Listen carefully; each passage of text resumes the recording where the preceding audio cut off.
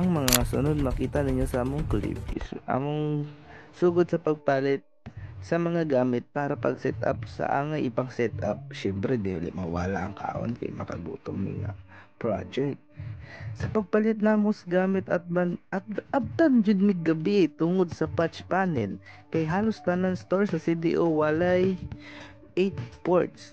Ang nara sa ila is 24 ports. Mahal na kayo, di ka pasok sa akong budget. So, mauto. Nag-order kami sa Shopee. Complete na among gamit.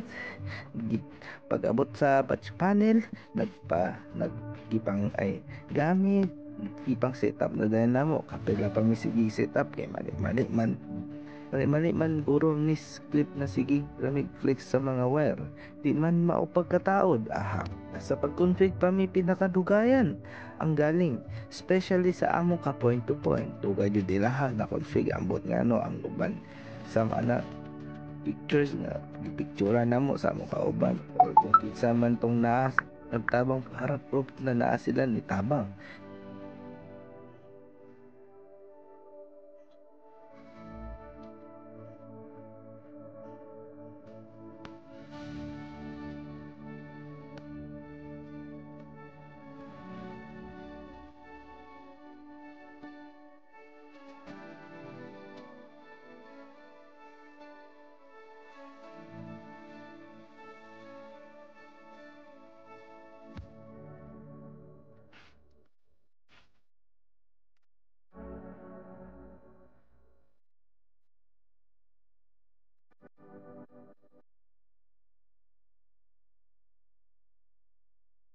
Siyempre among duha ka mother na murag mother gid siya. Eh, siya tigluto si Reswera sa among panihapon. Bawal mapaswad na rin nga grupo. Makita man siguro ninyo nga naay mga picture sa pagkaon. Siyempre makagutom ni nga project. Makita man siguro ninyo nga bahal naong nirakasa nga bahalag walay sulod ang utok. Basta naay sulod ang tiyan.